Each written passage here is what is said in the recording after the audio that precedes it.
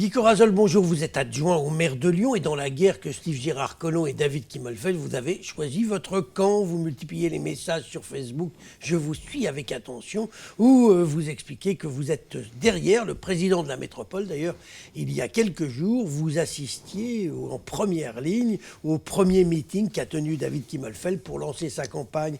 Alors pourquoi vous tournez le dos à Gérard Collomb alors qu'il vous a renouvelé sa confiance il y a quelques temps, il y a quelques mois, en vous reconfiant la délégation à l'éducation? Est-ce que vous n'avez pas un peu l'impression de mordre la main qui vous a nourri?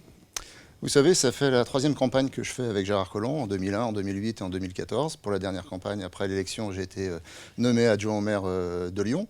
Le point commun de toutes ces campagnes, c'était que Gérard Collomb était en capacité de faire du rassemblement. C'était sa marque de fabrique et c'est ce qui a fait en sorte qu'à un moment donné, nous avons pu gagner et qu'on a pu construire un projet important pour la ville de Lyon. Et c'était la marque de fabrique de Gérard Collomb. Aujourd'hui, sa candidature à la métropole en 2020 montre ou semble montrer qu'il veut, à un moment donné, se présenter contre le président de la métropole et pas contre les adversaires naturels de la majorité sur la métropole et à Lyon.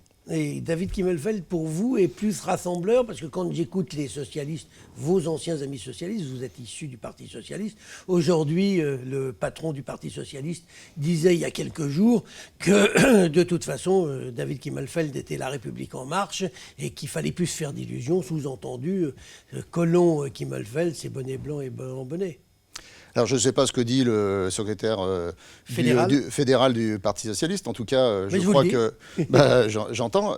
En tout cas, je pense que David Kimmelfeld est en capacité de faire un rassemblement large. Je pense que les choses, elles se construisent aussi dans le temps. En tout cas, ce que j'ai déjà dit et que je répète, je pense que David Kimmelfeld, en tant que président de la métropole, est tout à fait légitime à se présenter à la métropole en 2020. Il vous paraît plus apte à présider la métropole demain que Gérard Collomb ?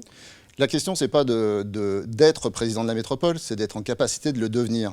Donc celui qui est mieux en capacité de le devenir pour l'instant, c'est David Kimmelfeld, parce qu'il est président sortant de la métropole. Est-ce que la guerre que se livrent les deux n'est pas en train de donner un véritable boulevard à la droite qui peut peut-être l'emporter? Parce qu'on sait que l'élection métropolitaine va se faire sur 14 circonscriptions et que personne n'aura la majorité absolue au soir de l'élection.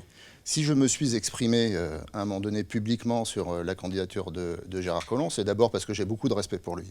Et que c'est parce que il aurait préféré que vous en ayez moins. C'est parce que j'ai beaucoup de respect pour lui que je le mets en garde et que je suis inquiet, parce qu'il n'y a pas que moi qui suis inquiet, il y a un certain nombre d'élus de la majorité qui sont inquiets sur l'avenir de la majorité, et aussi parce que j'étais à bonne école avec Gérard Collomb, je suis sur le terrain, et il y a un certain nombre d'acteurs économiques, associatifs, de société civile, qui s'expriment aussi, qui sont inquiets sur l'avenir de la majorité, et sur ce qu'on serait en capacité de faire en 2020 si nous étions tous rassemblés.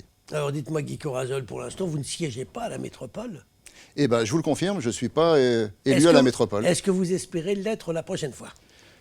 Moi, je construis avec un certain nombre d'acteurs sur le 3e arrondissement en particulier des discussions pour construire un projet pour le 3e, plus largement pour Lyon et la métropole. Je crois que c'est le travail de terrain qui payera. Et puis, je crois qu'on a encore le temps de construire un rassemblement pour la majorité pour 2020. Quelles sont vos priorités quand vous regardez, vous connaissez ce qui se passe à la ville et à la métropole, quelles sont vos priorités pour la métropole, pour le mandat qui s'ouvrira en 2020? Vous avez déjà des choses qui vous tiennent à cœur? Je crois qu'il faut montrer à nos concitoyens que la métropole n'est pas un grand monstre bureaucratique, mais que c'est une collectivité dont les élus seront élus au suffrage universel et qu'il faut qu'elle montre sa proximité avec l'ensemble des habitants. C'est pour cette raison que le destin de la ville de Lyon et de la métropole sont intimement liés. Et qu'il faut absolument un rassemblement pour montrer à un moment donné que l'ensemble des compétences mobilisées par la ville et la métropole peuvent permettre aux habitants de vivre mieux. Alors, on a compris que vous étiez avec David Kimmelfeld pour la métropole, qui va faire ses listes pour la métropole, semble-t-il, à moins que d'ici là on ait un accord. Mais pour la ville de Lyon, il va se passer quoi? Est-ce que David Kimmelfeld va lui aussi faire ses propres listes pour la ville de Lyon? Mon inquiétude sur la ville de Lyon, c'est que Gérard Collomb est candidat à la métropole, David Kennefeld est candidat à la métropole, mais il n'y a pas de candidat à la ville de Lyon. Est-ce que vous nous Pour la annoncez majorité, ce matin que vous êtes candidat à la ville de Lyon ? Je ne vous annonce à rien. En tout cas, je pense que fondamentalement, il faut qu'un collectif, et en particulier d'élus, puisse se créer pour porter un projet. Et puis, naturellement, il me semble qu'un candidat ou une candidate pourrait émerger et porter, en lien avec un candidat à la métropole, un projet commun pour l'agglomération et la ville de Lyon. Vous pensez à quelqu'un ? Non, je pense à personne. Je pense que vous avez déjà fait une liste dans vos potins d'un certain nombre de potentiels candidats. Et comme je le répète, je pense que beaucoup de gens peuvent être maire de Lyon ou être président de la métropole. Encore faut-il être en capacité de le devenir. Et là, la liste peut se réduire de manière importante. En tout cas, l'enjeu, c'est le collectif et un projet de rassemblement. On aura bien entendu ce que vous vouliez dire. On ne sait pas ce que donneront les mois qui viennent, mais on va suivre ça avec beaucoup d'intérêt. Guy Corazol, je vous remercie. Merci, Gérard Angèle.